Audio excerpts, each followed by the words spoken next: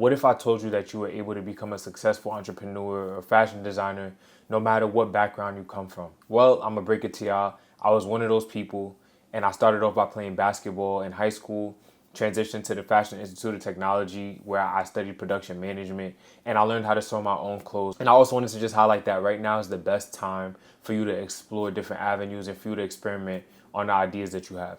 A few talented designers, along with myself, have been asked to be a part of an amazing panel discussion for Parsons in collaboration with Teen Vogue and CFDA. And when I first started off designing clothes, I'm pretty sure that a lot of people would have said that this wouldn't have been possible because I'm not a design major or I'm not a menswear major. But I wanted to just give some context about how I got here and how much it means to me that I was able to be chosen to be a part of this amazing conversation. And to give some additional context, I wouldn't have been a part of this conversation if it weren't for Mel Corchado. First off, I just want to say that Mel is an amazing fashion designer, and her and I go way back to FIT days when we were all trying to figure it out. Mel and I were in different majors. She was in the design program, but for me to be able to see her growth and see where we both came from is honestly really inspiring. And what's even more inspiring about it is that Mel was leading this panel discussion, and there isn't one specific way to navigate through the industry, right? Just because you're a designer doesn't mean that you can't lead a panel discussion, or just because you're a marketing director doesn't mean that you can't come in and teach a sewing class. Like, there's just a lot of interchanging parts that are happening right now, and I think right now is the best time to showcase that we are all capable of doing amazing things on many different levels. Mel is a Teen Vogue Next Generation winner of 2023. Her design work has been featured in Vogue Runway. She's also been written up and interviewed by ID Magazine, and she is the creative director of her brand, ITA. And I also just wanted to shed light on the other creatives that were part of the panel discussion as well. The first designer I want to highlight is Yamil Arbaje. He is a talented designer from the Dominican Republic and also is the co-founder of LeBlanc Studios. The second artist I want to highlight is Yetunde Sap. She's a very talented multimedia artist, a designer, as well as a curator. And lastly, I want to highlight Amri Johnson. She's an amazing individual, and we actually met a little before the panel discussion about a month and a half or two ago. And we were able to have some discussions about navigating in the fashion industry as well. And Amri is a Teen Vogue Next Generation winner for 2023. She's been featured in Teen Vogue. She has a bachelor's degree from Parsons, and she's been featured in Cosmopolitan magazine. Now that I highlighted the people who was a part of this discussion, I'd honestly recommend that you grab a pen and paper because there's some gems that's about to be dropped. Can you share a defining moment in your educational journey that significantly shaped your philosophy as a maker, designer, and artist? Whichever way we want. It could be casual. I feel like there are multiple, I would say, pivotal moments for me, like benchmarks that I feel like has shaped me as a designer. But for context, I came from an arts background, so I've been in the arts focus since elementary school, but it wasn't until coming to Parsons that I realized just how vastly different design specifically is from, say, like a fine arts background. So it wasn't until, and I promise this isn't to be opportunist, but it wasn't until I met a Fremont that I really felt like I could see like my specific background and I guess niche and aesthetic in the fashion world, especially coming to, of course, Parsons, who's well known for being such a change maker in the industry.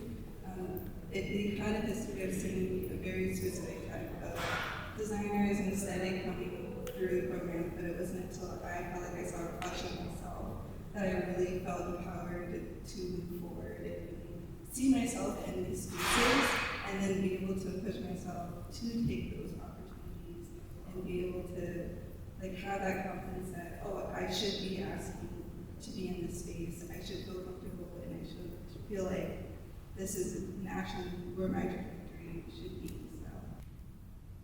For myself, it was a new world for me going into the education system of fashion because I was an athlete before I went to the fashion industry. But ironically, the biggest pivotal moment for me was like learning from my peers more than professors, honestly, because a lot of people told me traditionally that I can't step into fashion design without going to school for a degree for fashion design or menswear. So what I was doing was with some, like especially people like Mel, I was asking questions and always just shadowing my peers, and I was able and fortunate enough to get information on how to get started on the sewing machine. And then from there, I started asking a lot of professors questions that wasn't even in my major.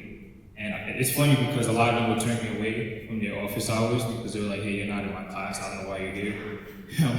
But I'm like, listen, I'm paying for tuition, and I think it's really important to utilize the resources, even if it's not in your major, but to ask questions like that. And then from there, I was just able to get internships, and transitioning to then, I was just practicing nonstop, spending hours in the lab, doing a lot of research, making a lot of mistakes. And one of my professors in school taught me that you always have to be fluid like water in the industry, and even when you feel like things aren't going your way, you have to figure out another door to go through on your own, and that's what I did.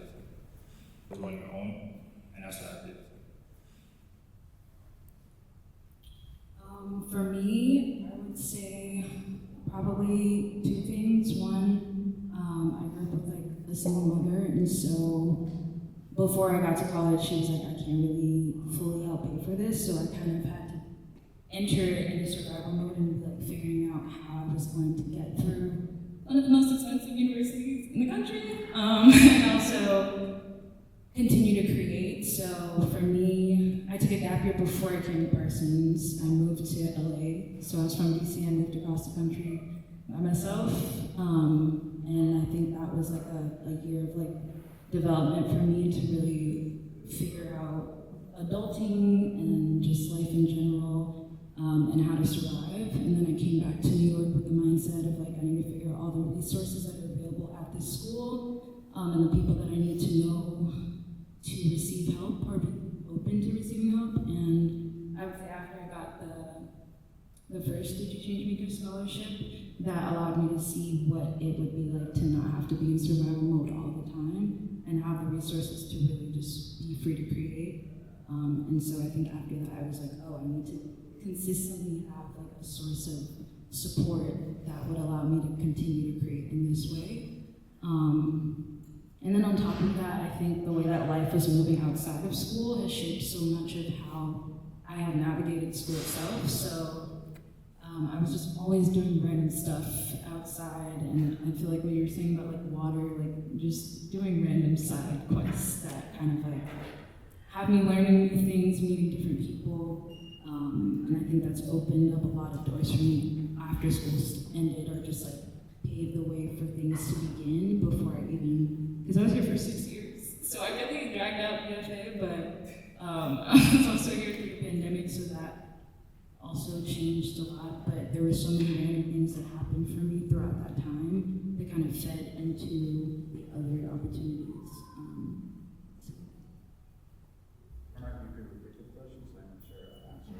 Yes, the question is if you can share a defining moment from your education that has significantly shaped your philosophy as a maker, artist, designer, etc.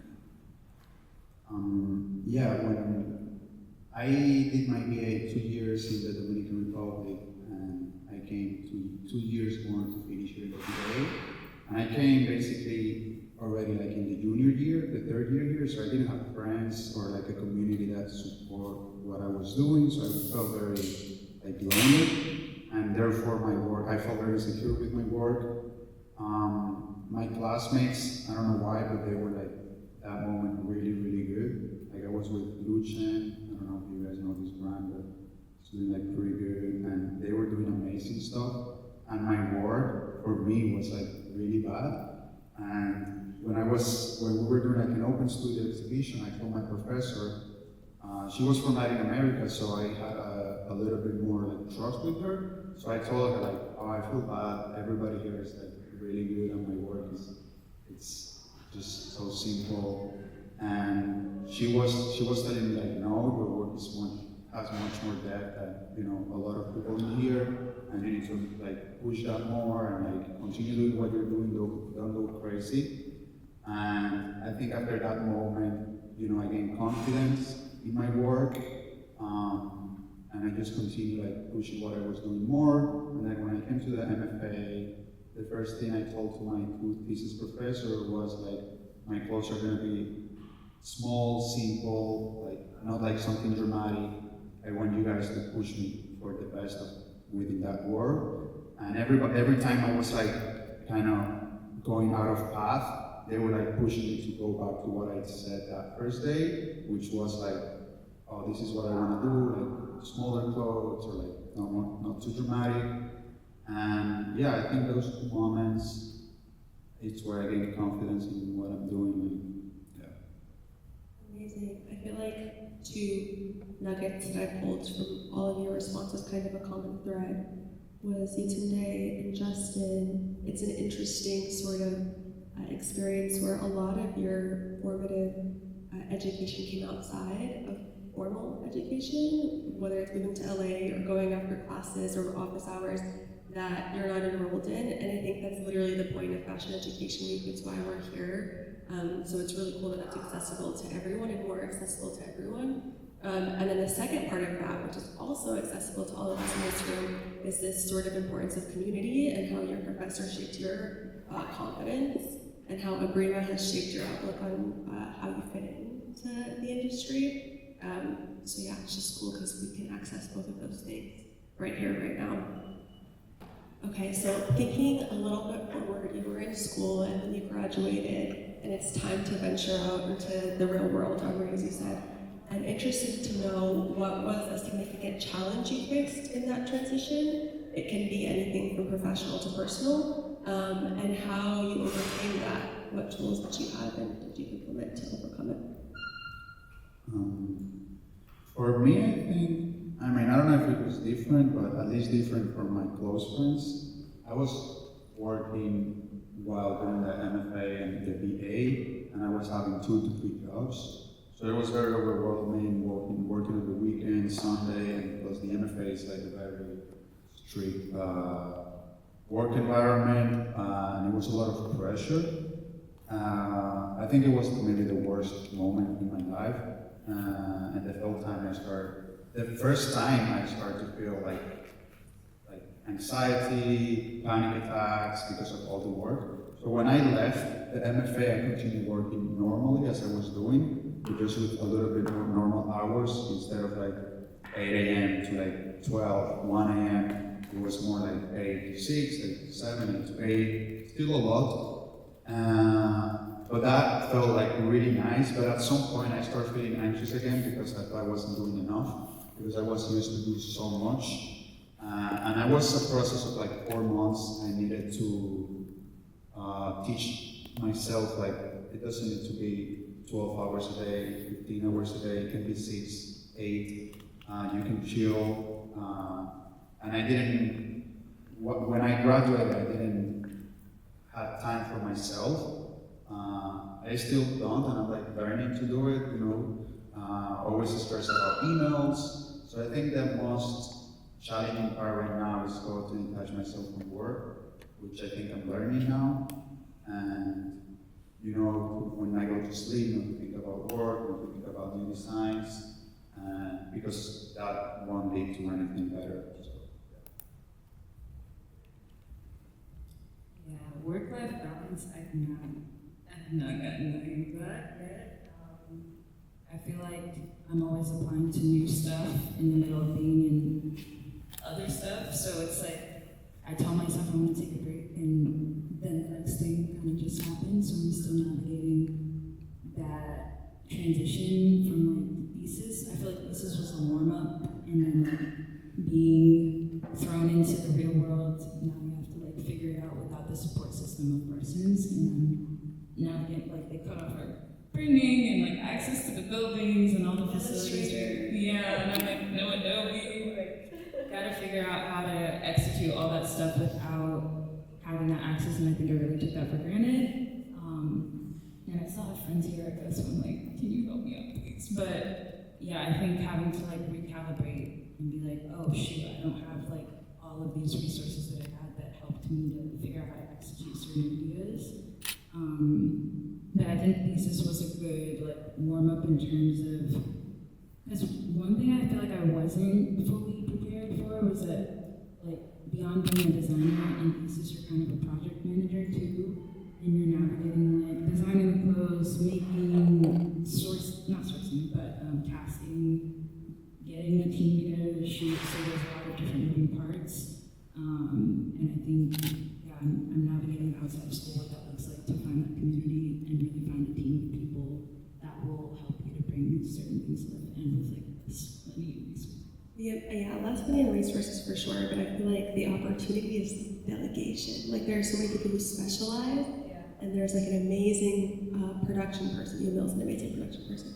There's like amazing photographers, and you don't have to do it all yourself. There's like a little liberation in that. So it's interesting. I know that if any of y'all went to fashion school, college in general, that feeling of stepping out into the real world is really scary. Like we spend our whole lives having a system of, we have guidance counselors, teachers, professors, a schedule that we follow, and then you step into the real world and you're like, damn, like how do I operate off of this new system that I create for myself?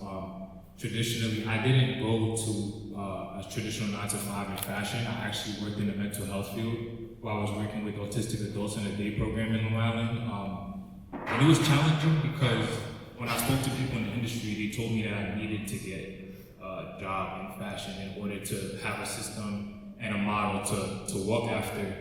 But I realized that like going in a different path allowed me to have a new perspective on life. And then once the pandemic happened, I'm sure you can all relate as well, I just felt stuck. I felt like I didn't have any sense of direction. I felt like, why am I making clothes? Like, why am I doing fashion anymore when the world is not even operating the way it was? But I used that time to reflect and internalize the tribulations and opportunities that I've come across in my past.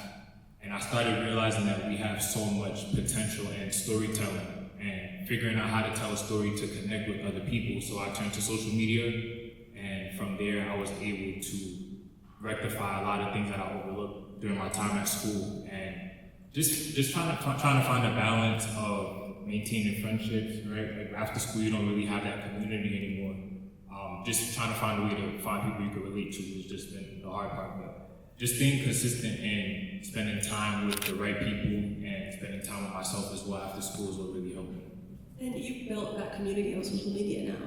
Yeah, thank you. It's being humble. And you've worked with brands like Adobe Illustrator, you've dressed celebrities because of the community you built on social media. Right, yeah. And honestly, in terms of community in school, I started out by just like connecting with people. Like my friend Kareem, like he didn't even go to FIT, but I met him at FIT. One of my friends, I think he was signed in the labs one day, and we met and we started just talking. We knew each other from social media, but it's just being able to step in a room where people just trying to learn something new, just taking a risk to try something. It's like you're not in FIT, but just the resource of the school being here allows you to have a new conversation. And that's what I feel like people just have to capitalize off of, just being able to step into a place and figure out how can I present myself to help somebody, but also be a great listener as well too. And I spend a lot of time listening to everybody that I came across. I think this answer that we all have will have some regret as well. But honestly, I didn't expect the challenges that I had coming out of school, because for me, being in Parsons was the biggest challenge of my life. But similar to you today, I came in kind of on survival mode.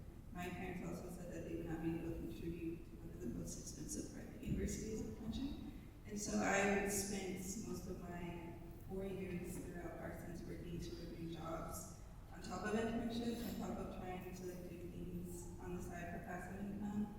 So I completely expected for Parsons to be kind of like that tipping point for me, and for it to be more smooth sailing coming out of it. So I wanted to have that break and have that year off, so to speak, to recalibrate myself post-grad. And the challenges that have come after that have been layered in the sense of like we're getting older, adulthood, all-encompassing, will have challenges in certain stages, often for the first time. So most of the challenges weren't actually specific, but just growing into adulthood.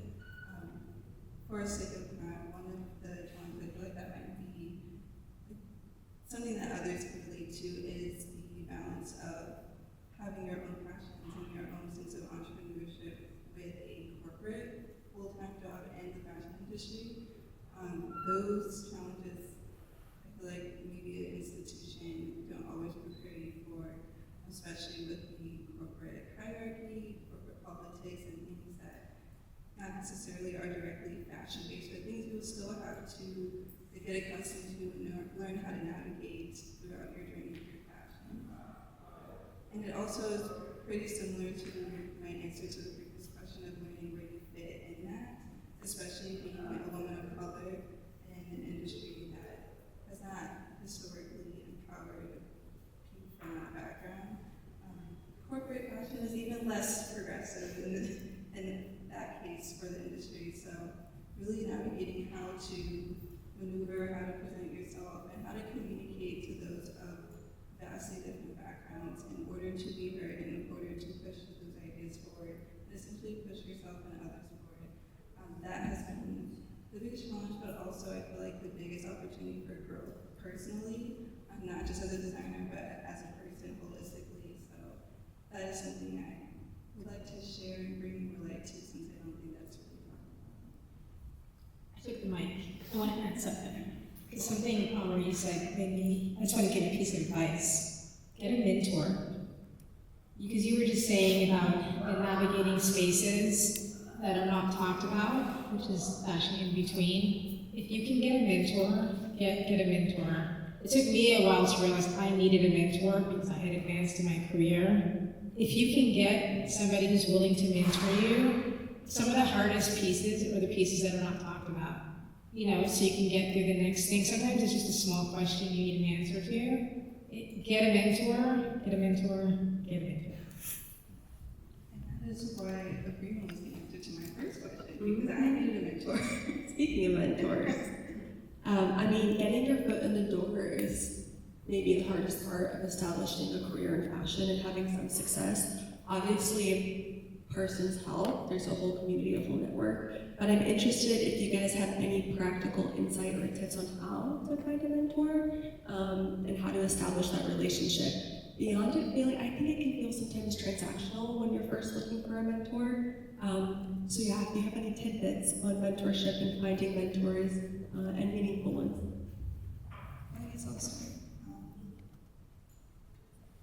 Going back to what you mentioned in a conversation with Mel about how different the fashion industry is now, especially for designers, I also feel as though we're in a very special period where they're creating more infrastructure and more systems to funnel designers, emerging designers specifically, into the industry, and having more opportunities, more access to mentors or funding, for example, like the Fashion Trust Fund, the Fashion Scholarship Fund, the CFDA Scholarship.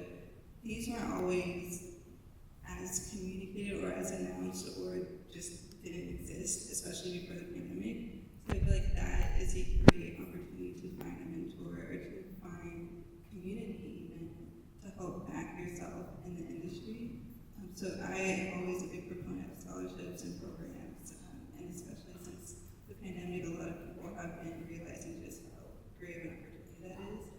But also to your point about there's a potential for it to feel transactional. I knew in my head that I wanted a mentor, and I think it was around sophomore year before I even started.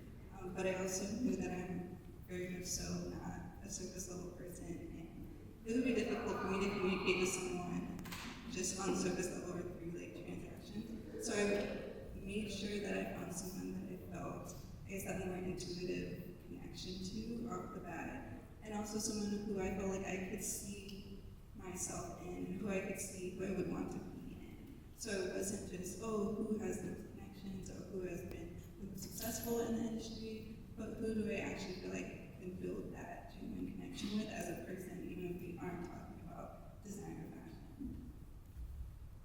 Yeah, I love that answer a lot because I can relate as well too. I think the best way to approach a mentor, especially in the fashion industry, is to just offer help first, more than asking for something. Because you have to remember that a lot of the people that we're asking help from have so much on their plate already. There's a lot of people messaging them. There's a lot of people asking them for favors. I spent a lot of time just reaching out, or even going to the garment district and going to certain places and asking, like, hey, can I just come shadow you for a day and help you out with, unpackaging certain orders, or if it was like a trim store. I mean, a lot of them turned me away, like I mentioned before, but what I started doing was once I got internships, I I would make connections with people in the internships, maybe not even in my department. It wouldn't even be in fashion, if it was marketing or PR. I would just, ask them questions and I would go out to lunch with them. Sometimes I would sacrifice not even being able to eat sometimes, just to be able to go sit down with somebody and pick their brain.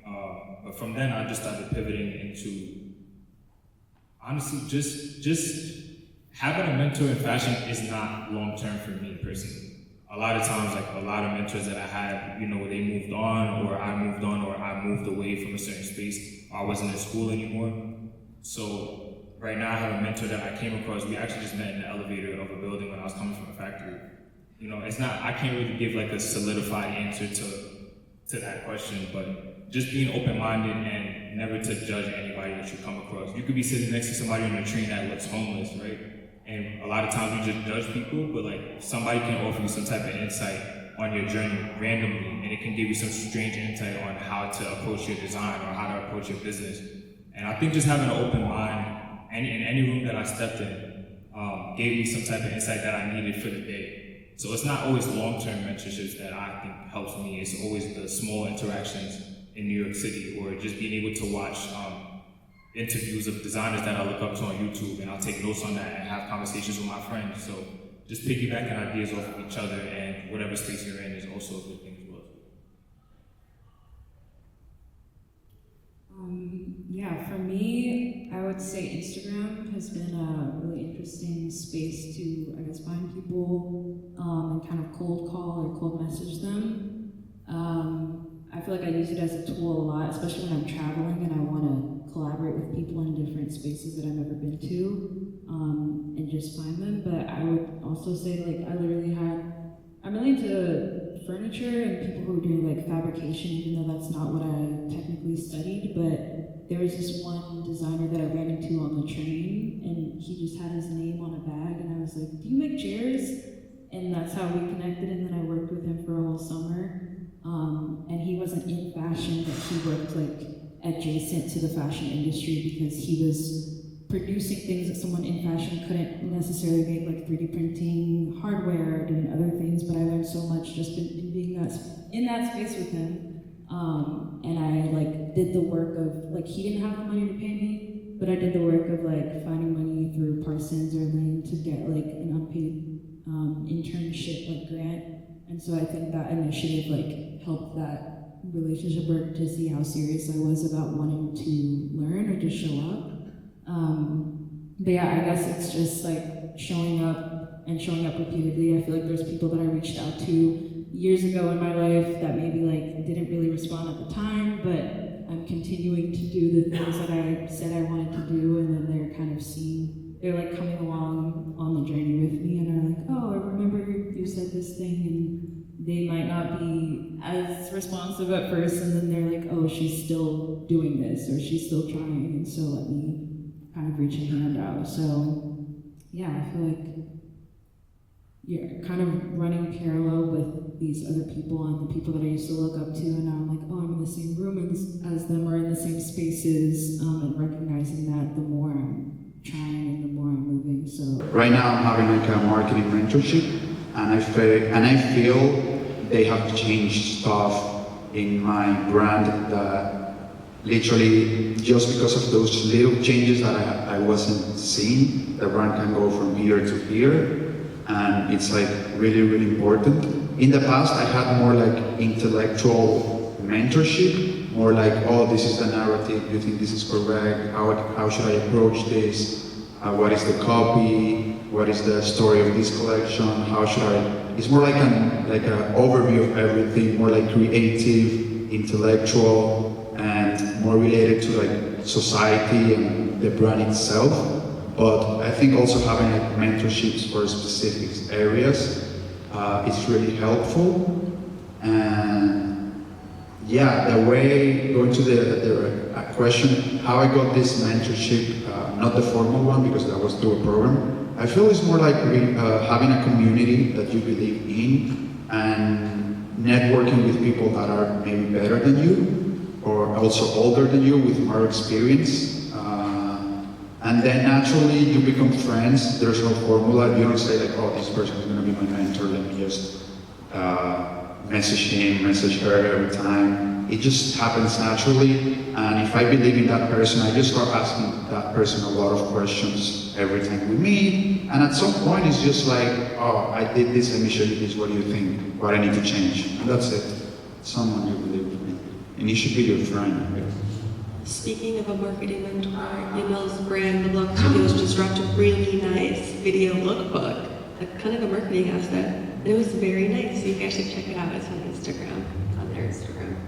And there is such thing as like horizontal mentorship, for lack of a better word. They don't always have to have more or be in a higher status or position than you. Knowledge exchange is still valuable and it's available everywhere. So pay attention to the patterns of the people that are showing up in your life because they're probably there to teach you something.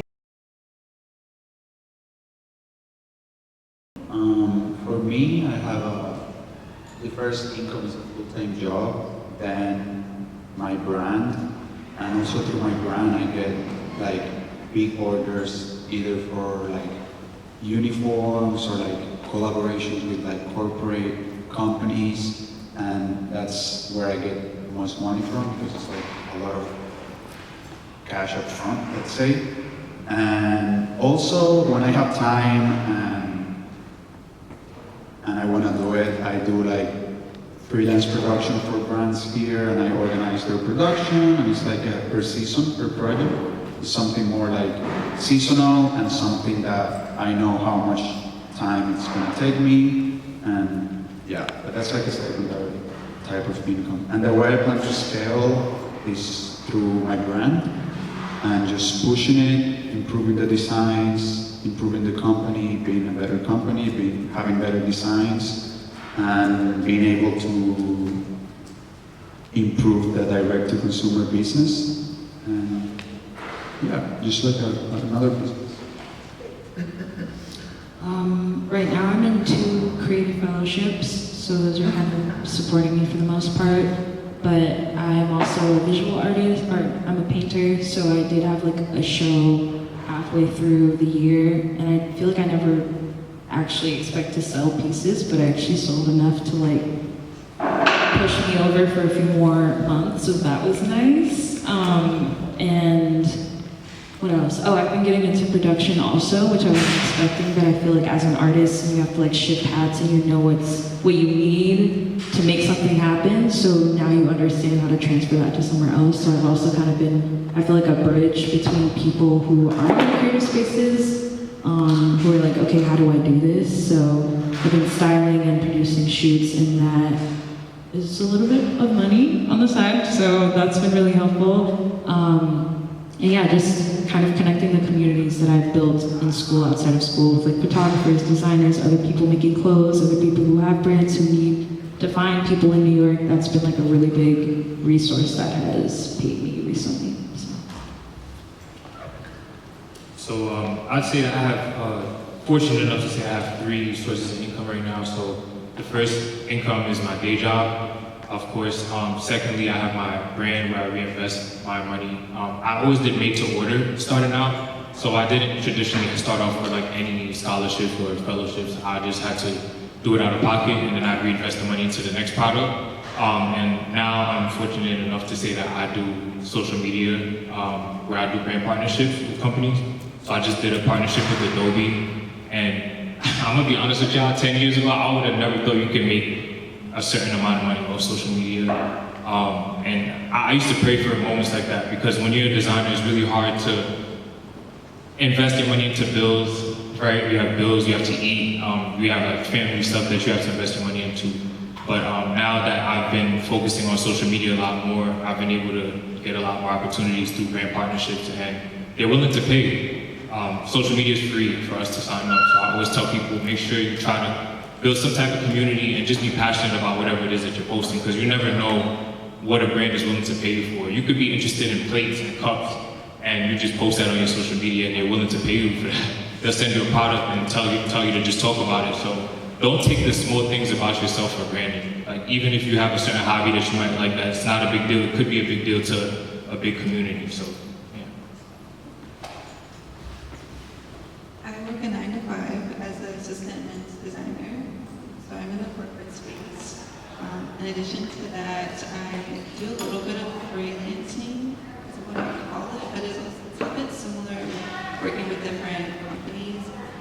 did a project for Atomic Obama, which was the first time I did sort of like a partnership with that. And then recently I worked with Teen Vogue and the Take Me Fishing organization and Samsung this week. So that was very kind of surprising. Like you said, I didn't expect kind of fashion designers to be in a role like that. And I never really saw, I guess, my brand shifting more into the positioning of me as the designer more so than the product. But it's a very, very interesting time in fashion to be in. But in addition to that, I've also done a little bit of consulting for peers that are coming up, maybe a few years younger than I am. So they've been reaching out for help in creating their own infrastructure. Mostly the job. You guys are so inspiring. I want to get my TikTok game. I want some brand deals. Okay. I wanted to ask you guys what's next, but I also want to see if there's any questions because we only have 5 minutes left, and I feel like that's any questions. I can ask the last question. That's fine too. Okay. So what's next? We've transitioned out of fashion education.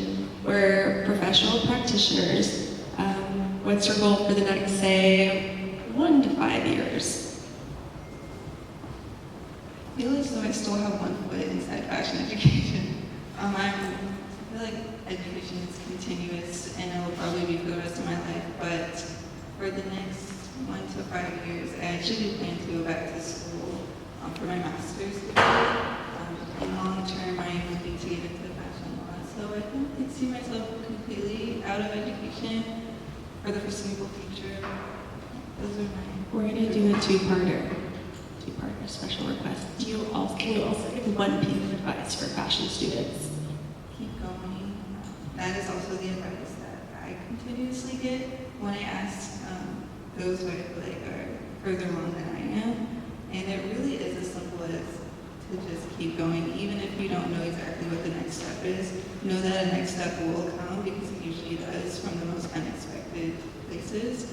So just always working on your craft, working on building yourself, or even taking a rest is being productive. But having that mindset of I'm not giving up because it only ends when you let it end. What's next for me is I want to just continue to be a storyteller through the medium of fashion and art. At the beginning of this year, I taught my first sewing class to 3rd to 5th graders. That was my first time teaching. I had imposter syndrome about it because I didn't go to school for fashion design. But just to know that some of the kids believe that they can actually become a designer one day made me emotional because some of them said that their parents never talked to them about that. They're like, oh, I don't even want to do this activity right now because what's the point of it? I can't go to school for it. And I'm like, yo, it could just be a hobby. You don't have to come home and play video games, scroll on TikTok. And just to see their faces light up, I was like, damn, I wish I had that when I was a kid. It sounds cliche, but that was the most inspiring thing for me in my journey this whole time. So moving forward, I want to continue to do that, pour light into the younger generation by talking to them directly or through social media. And a piece of advice that I have for you guys is just to don't be afraid to go in a field with no grass. And what I mean by that is we always look at a field with high grass or the grass is watered, but don't be afraid to go in a field and plant your own seeds.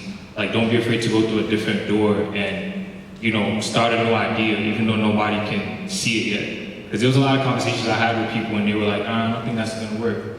If I told people 10 years ago, social media is gonna be the next big thing, you can make money off it, they're like, you need to focus on fashion, you need to go to class, you need to get an internship, and that's it. But just going into a space with confidence in your idea, even though you feel like it's not gonna work, you can always make it work as you continue to build upon those things as well too. So don't be afraid to just plant your seeds in a different area, build your own table, and create your own space. Don't even feel like you have to go in a certain room with those people over there. Sometimes those rooms aren't the rooms that we think it is until you get there, So just have confidence in yourself, be patient with yourself, and act on your biggest ideas, because you never know where it's going to take you. So for the last few years, I've been collecting and archiving materials from my great-grandmother and my great-aunt, who both came to New York City in the 50s to pursue careers in jazz music.